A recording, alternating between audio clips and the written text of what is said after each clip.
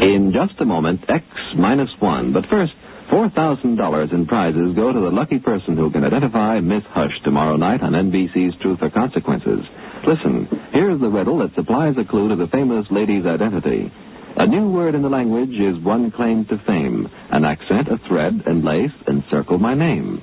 Hear the easy rules of this contest tomorrow night and see if you can identify the voice of Miss Hush for big cash prizes. That's NBC's Truth or Consequences, America's favorite fun game, with MC Jack Bailey, tomorrow night. And now stay tuned for X minus 1 on NBC.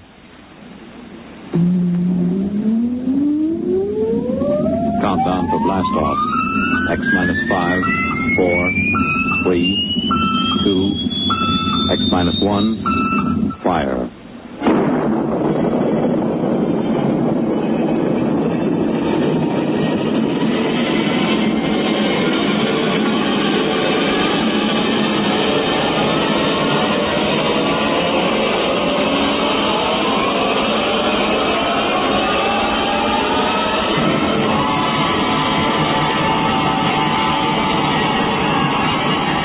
From the far horizons of the unknown come transcribed tales of new dimensions in time and space. These are stories of the future, adventures in which you'll live in a million, could be years, on 1,000 maybe worlds. The National Broadcasting Company, in cooperation with Galaxy Science Fiction Magazine, presents X minus 1.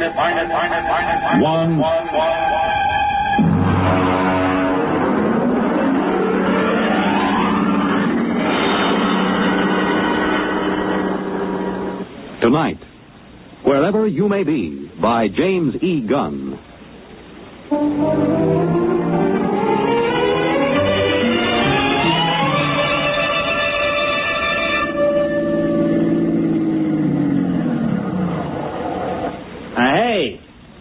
Hey, you. A little girl. You on the fence. Yeah, Hey, kid, come here. but I'm right comfortable where I am. Oh. Listen, kid. Is there a service station on this road? Well, Merv Wheelock got a gas pump at the general store. Oh? How far is it? About 18 miles. Oh, that's a big help. Well, I don't know what else to expect in the middle of the Ozarks. You want me to help you, mister? No, just keep out of the way, kid. Ow! Well, there's nothing funny about that. You just going to sit there and watch me sweat, kid? Oh, no. There'll be lots more to watch. Well, I don't know what's so amusing about watching a man change a flat tire. Ow! You sure you don't want me to help, mister? No, I'm perfectly capable of changing a tire by myself.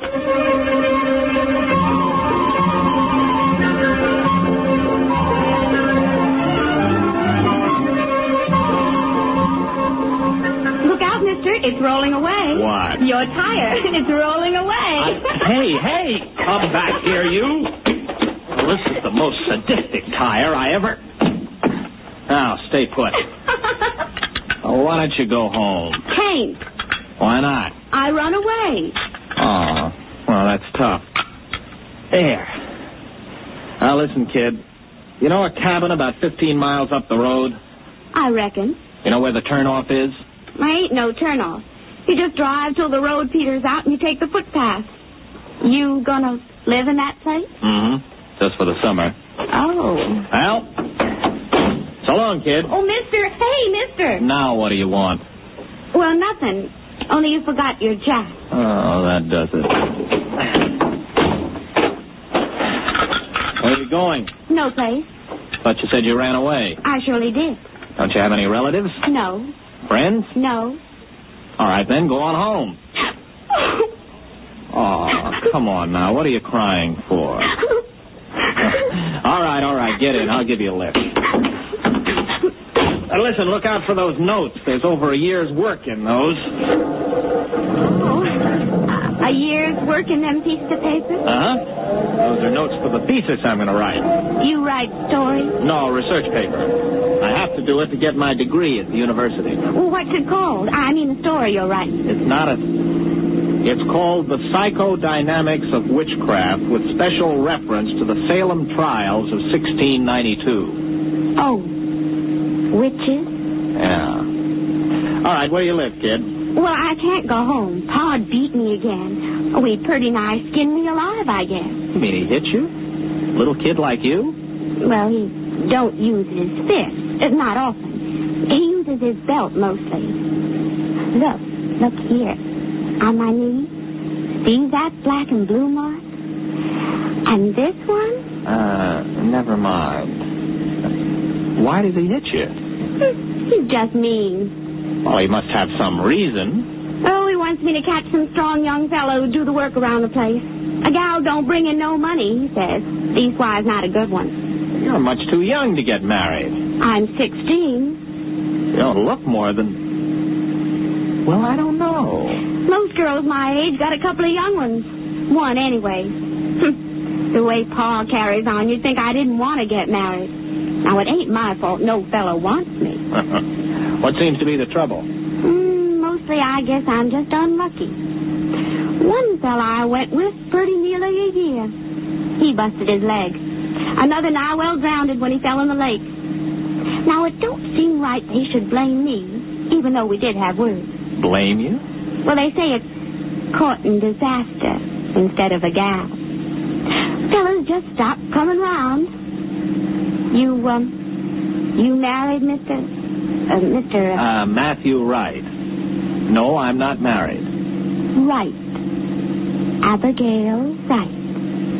That's right, Purdy. Abigail Wright? Oh, did I say that? Well, now, ain't that funny? My name's Jenkins.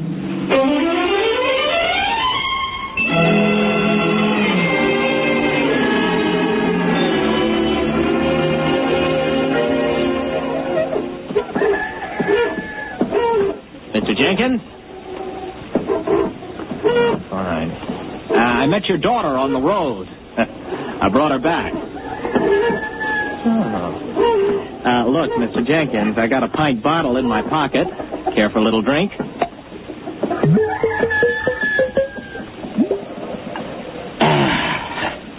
Terrible week. Well, I'm sorry. I repeat, I brought your daughter back. Why? Well, she had no place to go. She ran away. Now, look, Mr. Jenkins, I realize that teenage daughters can be a nuisance, and after meeting your daughter, I can understand how you feel. Still in all, she is your daughter. Got my doubts.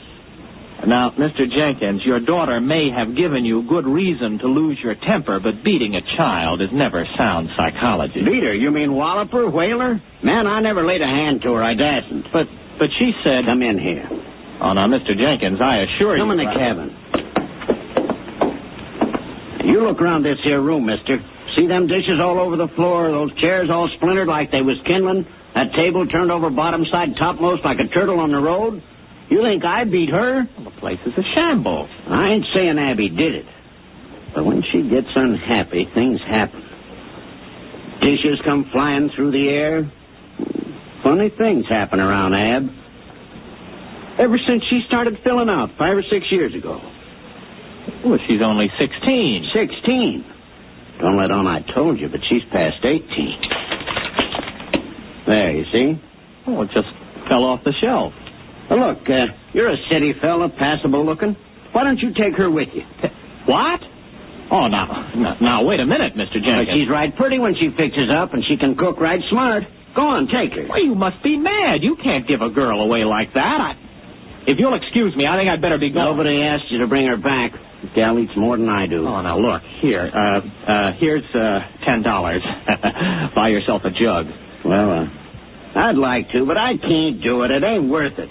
You brought her back. You can take her away. Oh, here's 15. Well, I should know better. All right, mister. I'll get her. It ain't no use, though, I can tell you, mister. All right, Abigail. Get out of the car. You're home. But, Pa... Oh, he isn't mad at you. He's welcoming you back. Now, come on, get out. Dirty, nasty old man. Serve him right up that bottle he's pulling busted right over his head. Goodbye, Abby. And remind me never to see you again.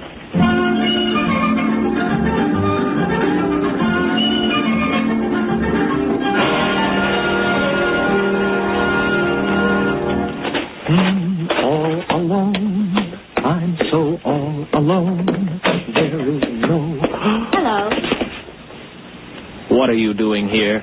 Waiting for you. But listen, this is my cabin. I rented it. I know.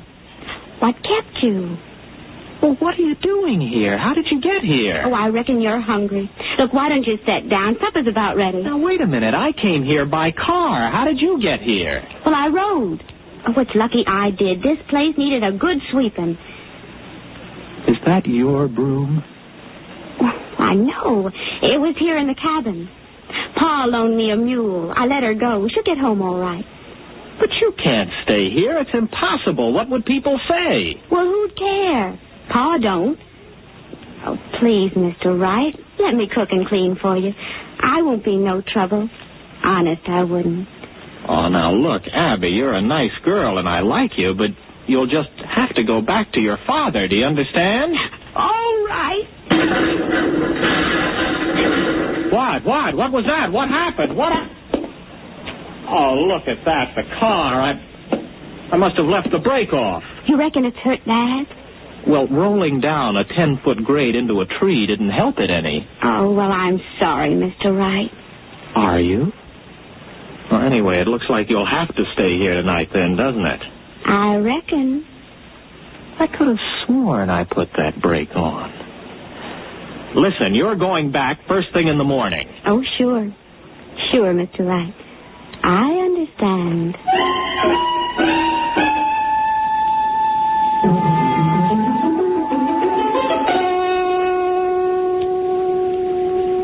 Abby, tell me something. Who wrecked your father's house? Libby. Libby, huh? Who's Libby? The other me. Mostly I keep her bottled up inside. But when I feel sad and unhappy, I just can't keep her in. Then she just lets loose and goes wild. Schizo. Abby, where did you get an idea like that? Well, when I was born, I had a twin sister. Only she died real quick. And when I was bad, my ma used to say Libby would never have been mean or cross or naughty. So when I'd done something bad, I started saying Libby done it. I guess after a while, I begun to believe it myself. Can you control it, Abby? Not much. You see, when I get feeling mad and mean, things just happen, that's all. How about a rolling tire? You sure did look funny. Oh, I was just feeling mean about Pa, I guess, and I took it out on you. I don't believe it. It's absolutely impossible. It's primitive. It's straight out of Fraser's Golden Bough. There's got to be some explanation. Illusion or hypnosis. There's got to be some physical explanation. Well, I don't see why. I mean, if a thing just happens, you don't have to explain it. It's just there, ain't it? All right. Here. Now, make that cup move. Why? I want to see you do it. But I don't want to. I never wanted to do it. It just happened. Oh, come on, try. Now, no, Mr. Wright. Look, it never brung me nothing but misery. It's bad enough when you can't help it, but it's worse when you do it on purpose. Oh, nothing good will come of it. Come on, try. I want you to move that cup. Now, go ahead, Abby. Just move it without touching it. I can't. I just can't. Why not? Why can't you? Well, I don't know. I guess it's because I'm happy. Oh. You can't move it now. No. All right, then get your things. You're going back to your father right now. No, I ain't going. I can't. Oh, listen to you. You're a stupid backwoods girl. Can't. What kind of a way of talking is that? You're going back to your father because you're an ignorant, dirty hillbilly. Abby, you did it. You did it. It came right at my head. Do I have to go back? Oh, no, sir. Not if you help me. Abby, I've got a hold of something here that... What a thesis!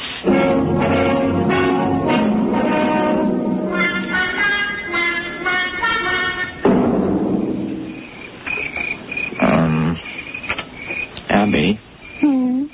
What's, courting like here in the hills? Oh, sometimes we walk and look at things together and talk a little. But if the night is warm, we just sit and hold hands and whatever. Like this? Mr. Wright, Do you like me a little bit? Oh, not marrying like, but friendly like? I like you very much, Abby. Very much. Oh, Mr. Wright. You kiss real pretty. Abby, what happened to your fellas? I mean, the other boys. Well, folks said I'd be evil eye. I mean, Hank fell off the roof and broke his leg, and Gene, well, he fell in the lake and liked to drown. It wasn't my fault it was after we'd had words, now was it? No. Why, Mr. Wright, you're shivering. Maybe we'd better go get your jacket. Abby, tomorrow we're going to drive to Springfield to do some shopping. Really, Mr. Wright? Why, I ain't never been to Springfield. Oh, ain't that wonderful?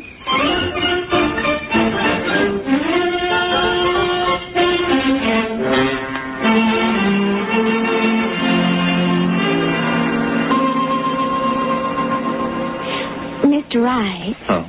Are you happy, Abby? Oh, it's the happiest I've ever been in my life. I mean, eating in a fancy restaurant and even dancing and all. And now us just sitting here together in the moonlight. Well, I never thought anything like this would happen to me.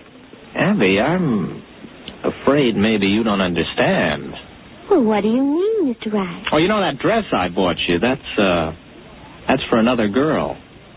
What? Oh, it's for another girl. I'm going to marry her. She's about your size, and I thought we could pick it out that way. Oh, no, Oh, Mr. Wright. Abby, wait a minute. Where are you going? Wait, I want to talk to you. No, I'm going to bed. Mathew Wright, you are a no-good, miserable cad.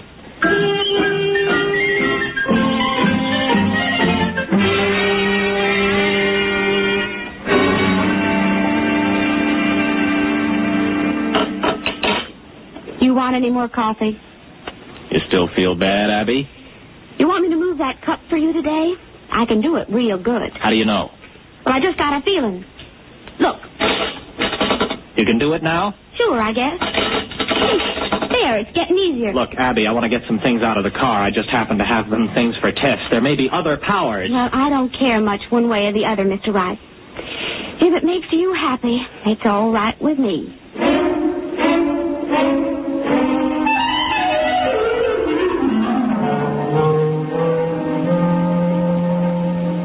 Abby? Abby, where are you? Abby, where did you go? Abby? Here I am, Mr. Wright. Abby, where were you? Springfield. But that's 50 miles. I know. I just kind of wished I was there, and then I was. I brought back a frying pan I admired in that hardware store window. Ain't it pretty? Got a real copper bottom. Didn't you have any trouble getting out of the store without anyone seeing you? Well, I was outside, but I could see in the back room somehow, too. I knew his name was Albert, and he was doing a crossword puzzle. Now, how could you tell all that? Well, I just kind of looked inside of his thinking. Like this. Wait a minute, Abby, don't. I could look right inside your thinking now, Mr. Wright. Abby, wait a minute. Abby? You wouldn't. You didn't. Now, wait a minute, Abby. You've got to understand. I understand everything you've been thinking, you devil. Well, there ain't nothing too bad for anyone to do that. Well, you've got to let me explain. You with your kindness and your city manners. How could you do it? You made me fall in love with you. It was just a trick. You just wanted to make me unhappy, that's all. Why, even Pa was never that mean. I'd as soon marry up with a rattlesnake. Well, Abby, what are you going to do? Well, I haven't made up my mind yet, but I'll think of something.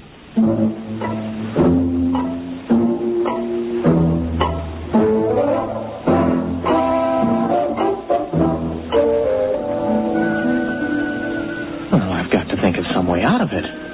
She's in that other room thinking what to do to me. I've got to think of some way. No, it's no use. As soon as I think of it, she knows. Oh, got to keep my mind busy.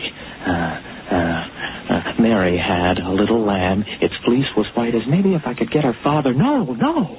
If there are 2 outs and bases loaded, or men on first and second, and a ball is hit, which, in the opinion of the umpire, can be handled by an infielder, the infield fly rule shall be invoked, and the batter is called out.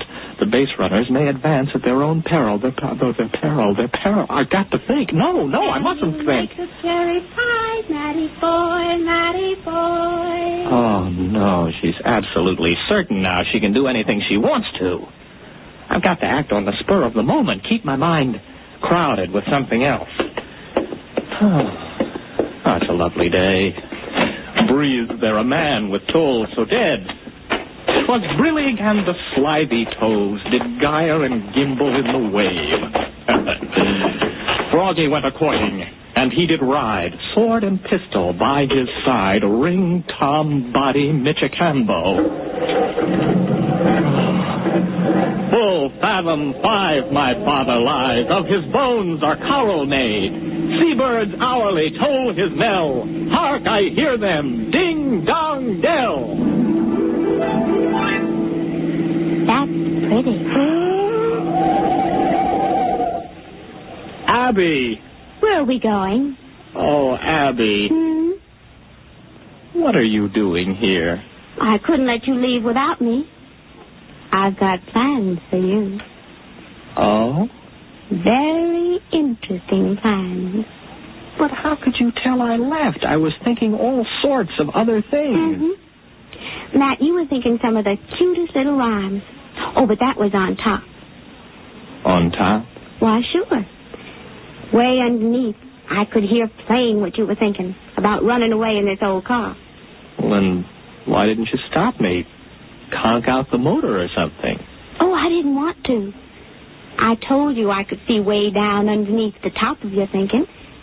And you know what I found there?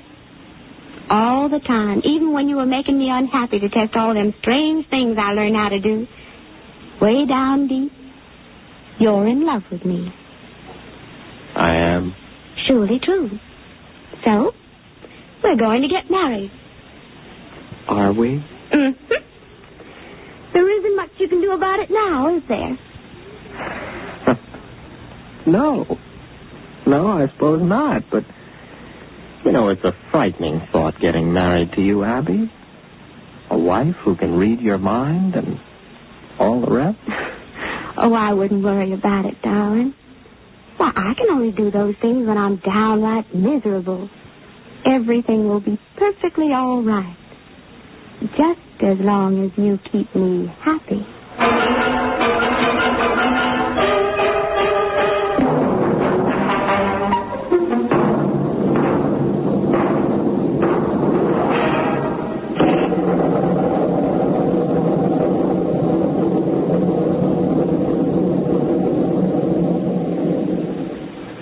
You have just heard X-1, presented by the National Broadcasting Company in cooperation with Galaxy Science Fiction Magazine, which this month features Early Model by Robert Sheckley, the story of a man who found that invulnerability was a fine asset when opening a new planet, provided you don't overdo it. Galaxy Magazine, on your newsstand today. Tonight, by transcription, X-1 has brought you Wherever You May Be, a story from the pages of Galaxy, written by James E. Gunn and adapted for radio by Ernest Kenoy. Featured in the cast were William Redfield, Patsy O'Shea, and Jack Orrison. Your announcer, Fred Collins. X-1 was directed by Daniel Sutter and is an NBC Radio Network production.